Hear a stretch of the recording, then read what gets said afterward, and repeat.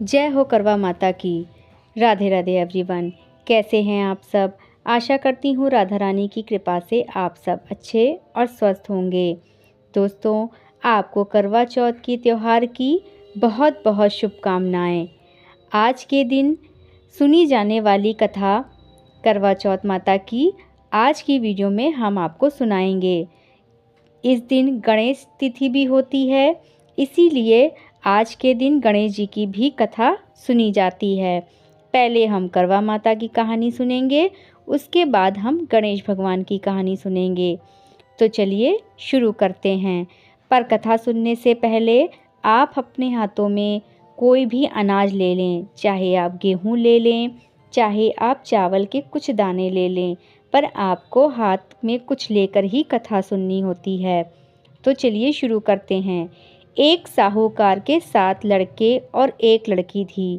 साहूकार के बेटे अपनी बहन से बहुत प्यार करते थे।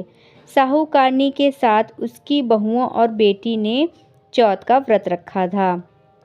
चौथ का व्रत में चांद देकर ही व्रत खोलते हैं। रात को जब साहूकार के लड़के भोजन करने लगे तो उन्होंने अपनी बहन से भोजन करने के लिए कहा। इस पर बहन ने बताया कि आज उसका व्रत है, वह खाना चंद्रमा को अर्घ देकर ही व्रत खोल सकती है और कुछ खा सकती है। सबसे छोटे भाई को अपनी बहन की हालत देखी न गई और वह दूर पेड़ पर एक दीपक जलाकर चलनी की ओट में रख देता है। दूर से बहन को दिखाता है। चलनी की ओट में रखा दीपक चांद की तरह लगता है। ऐसे में वो ऐसा लगता है जैसे चतुर्थी का चांद हो।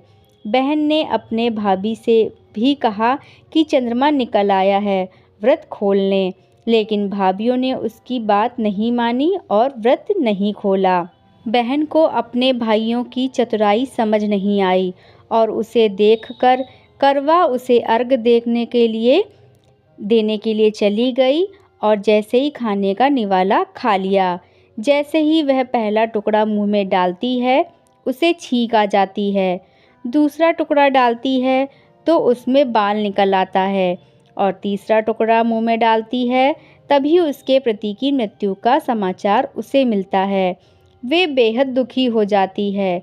उसकी भाभी सच्चाई बताती हैं कि उसके साथ ऐसा क्यों हुआ। व्रत गलती से टूटने के कारण माता उससे नाराज़ हो गई हैं। इस पर वह निश्चय करती है कि वह अपने पति का अंतिम संस्कार नहीं करेगी और अपने तत्व से उन्हें पुनर्जीवन दिलाकर रहेगी।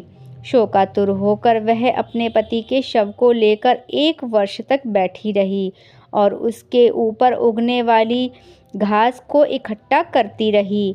उसके पूरे साल की चतुर्थी का व्रत किया और अगले साल कार्तिक कृष्ण चतुर्थी फिर से आने पर उसने पूरे विधि विधान से करवा चौथ माता का व्रत किया। शाम को सुहागिनों से अनुरोध करती है कि यम सुई ले लो, पिस सुई ले लो, मुझे भी अपनी जैसी सुहागन बना दो, जिसके फलस्वरूप करवा माता और गणेश जी के आशीर्वाद से उसका पति पुनः जीवित हो गया। जैसे गणपति और करवा माता ने उसकी सुने, वैसे सभी की सुने, सभी का सुहाग अमर हो। बोलो करवा मैया की जय हो। अब हम गणपति महाराज की कहानी सुनेंगे। बोलो गणपति महाराज की जय। एक बार भगवान गणेश बाल रूप में चुटकी भर चावल और दूध में चम्मच में दूध धरती पर गए और सभी को खीर बनाने की प्रार्थना करने लगे। हर कोई इतने में चावल देखकर हंसने लगता। इस पर गणेश जी ने एक गरीब बुढ़िया से खीर बनाने के लिए कहा। वह उनकी खीर बनाने के लिए तैयार भी हो गई। उसने एक भिगोने में चूल्हे पर चढ़ा दिया।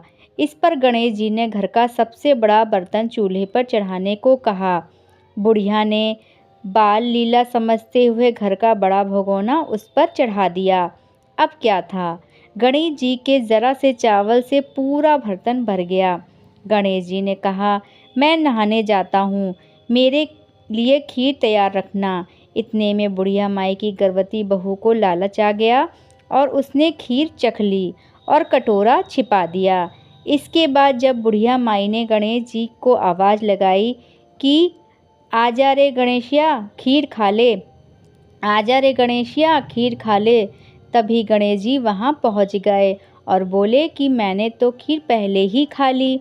जब बुढ़िया ने पूछा कि कब खाई, तो वो बोले कि जब तेरे पोते और बहू ने खाई तभी मेरा पेट भर गया। यह देखकर बुढ़िया माई बहुत शर्मिंदा हुई, लेकिन गणेश जी ने कहा इस खीर को सभी को खिला देना और जो बाकी बचे उसे ज़मीन में गाड़ देना।